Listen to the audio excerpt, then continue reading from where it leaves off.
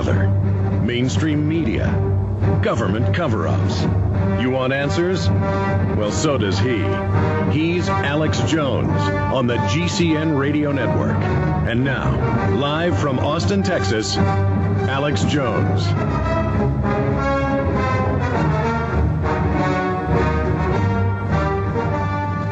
Well, that's Prince Bernhard of the Netherlands. And interestingly enough, what you'll read in my new book, The Rise of the Fourth Reich, is that the very night that the British royal family member and officer who was going to fly with Hess for the peace treaty and was killed in the subsequent plane crash, he had dinner with Prince Bernhard of the Netherlands, which I don't know if that proves that there was some connection between Bernhard and the crash, but it certainly shows that the level at which this global politicking was taking place. Yeah, so, and everything you're hearing is admitted historical fact. Understand. This is all documented fact. This is not debatable. That's why Hitler at Dunkirk let the British evacuate and only put on a small show with Goering and some aircraft bombing with Stukas.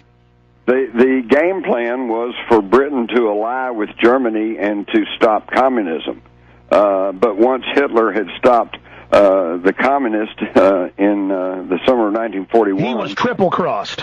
He was triple-crossed, and they turned on him because they did not want a global national socialist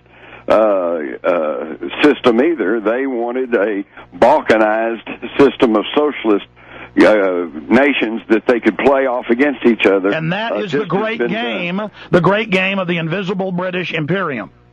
Exactly. It's all mega politics, and then they decided that because of the wealth and because of the vast amount of resources in the United States, they would simply move operations to the United States.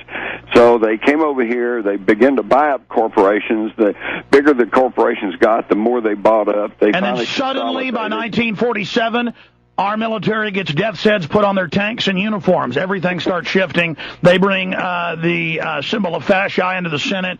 It all converts. That's right. And today we see our troops are wearing the Nazi coal scuttle helmets, which they've dubbed the Fritz. We see imperial eagles all over on our postage stamps and in our advertisements and in symbols of the government. An eagle drawn by Hitler. He drew the eagle. He drew the first Volkswagen, the people's car. He drew the Olympic rings. It is all the mind of Adolf Hitler. And then let's expand on that. Because if you compartmentalize it down to just the Vatican, or you compartmentalize it just down to the British Imperium, you compartmentalize it and then they win again. We have the Zionists funding and helping Hitler and demanding ransoms from Jews to leave, having Jews in New York lobby to not let, this is all mainline history, big Jewish scholars written about it, not to leave Germany, only to go to Palestine in the build-up there with the British then and the Rothschilds. And so then when you look at this, it is a master plan with interbred Nazis, British, and Zionists together, and they're all occultists at the top. And then meanwhile, most of our movement fights about whether it's Protestants, Jews, Catholics, any of this. When all the people themselves are good, it's evil at the top of every major mechanism. That's essentially correct. And if you don't go along, well, then they buy you out. And if that doesn't work, then they come and intimidate you out. And if that doesn't work, then they just kill you. It's Nazi methodology. And we see the same thing going on in this country because the thing that in January of 1945, German war production was actually at higher levels than it had been in 1940 when they were at the top of their game. Why is that? Because two things historians tell us. Number one, the German people were propagandized. Their media told them everything looks bad now, but it's going to get better. We have secret weapons coming. We're going to turn this around. Be patriotic. Go to work. And they did. And then the second thing is secret terror. If you tried to stand up and say, hey, something's gone wrong here, and then you were a defeatist, and you'd be arrested by the Gestapo and you disappeared. Okay, we've got the same thing in this country today. We've got a news media that's under the control of 5 international corporations, which keeps telling us everything's okay.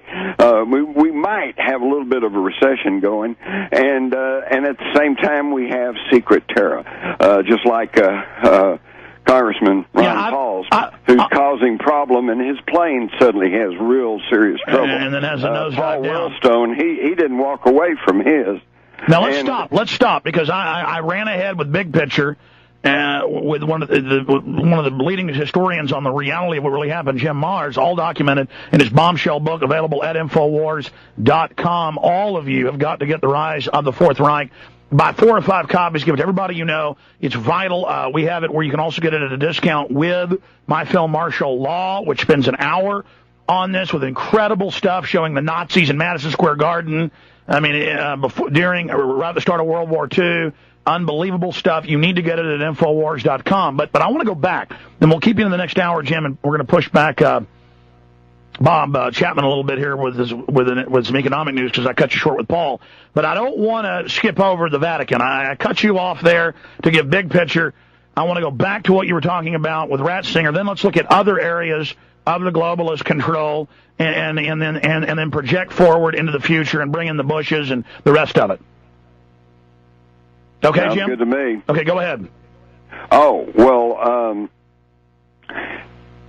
after the war, the same people who had been instrumental in financing Hitler, John J. McCloy of National City Bank, which is now Citicorp, Alan Dulles, who was OAS chief in Switzerland during the war and then moved to Berlin and then came over here and began, it was the longest serving CIA director, and his brother, John Foster Dulles, who became Secretary of State under Dwight Eisenhower. And under these folks, they pardoned and whitewashed the Nazi backgrounds of thousands of Nazis and actually brought them into the United States.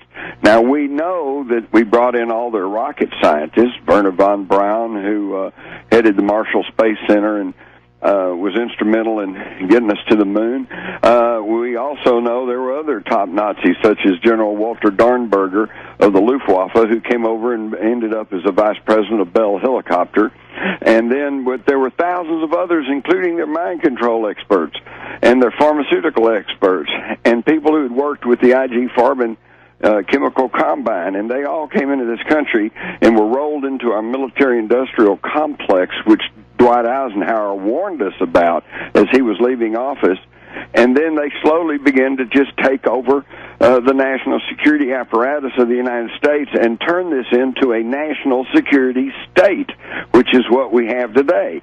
And I guess probably one of the key things that happened was in September of 1947 when Harry Truman signed the National Security Act of 1947. This created the CIA, rolled all the intelligence functionings under this one umbrella, separated the Air Force from the Army, changed the name of the War Department to the Defense Department. Stay there. We got a break. Come back. But I'm going to make you go back to the Vatican, though. I want to talk about that and that role, too.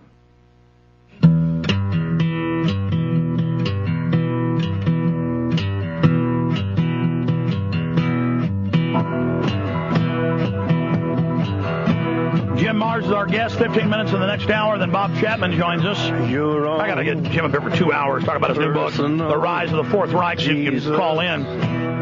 Now, I want to go back because we also see them forming the new European Union now.